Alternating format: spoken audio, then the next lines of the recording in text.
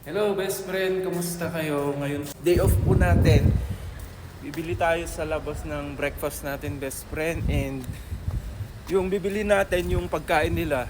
Try naman natin kainin yung pagkain nila, yung kubos, tamis, puruta, mga ganon. Yung sinasawsaw sa may parang sauce na ano. Ewan ko, basta tignan na lang natin, and yun po yung breakfast natin ngayon, bibili natin. Ang lamig dito sa labas.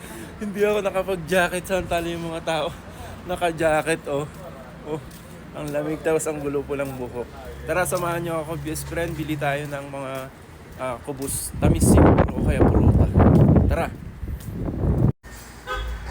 So ito na nga best friend, bumili na nga tayo dito sa may Yemeni restaurant. Yemeni restaurant kasi magandang nagtatrabaho dito best friend, mga Yemeni. Ito po yung binili ko, full masyakol daw tawag dito. Ewan ko ba, basta bumibili ako neto, dal lang talaga yung binabanggit ko. Pinagpili pa ako ni kuya dito kung ano daw itatoppings. Sabi ko lahat na lang.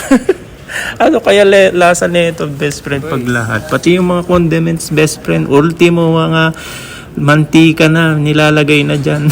Tignan nyo best friend ito. Pati itong paminta na to. Pamintata to curry. Tapos mantika best friend. Ang dami nilagay ni kuya para magpeperito ata to.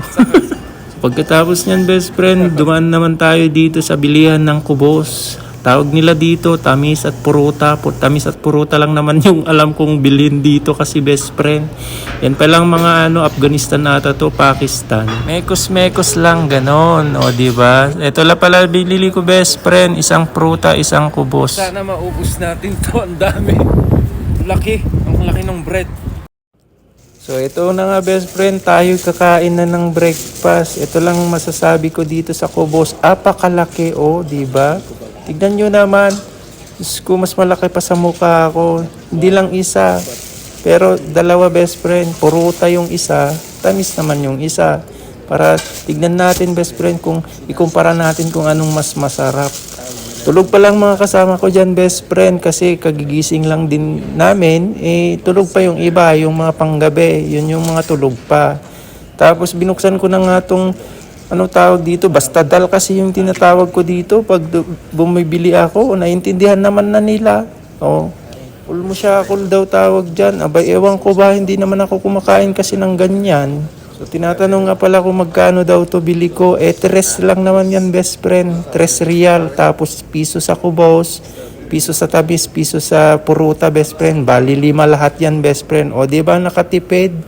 5 lang yan best friend, busog na busog ka na. May pang breakfast, pang lunch, pang dinner na din. Madali lang naman kainin yan. Kuha ka lang ng kapiraso, tapos isawsaw mo doon sa may sauce. Di ba sauce na tawag ko? Sabayan mo ng kape best friend para mas masarap. So ayun lang best friend, maraming salamat. Bye bye.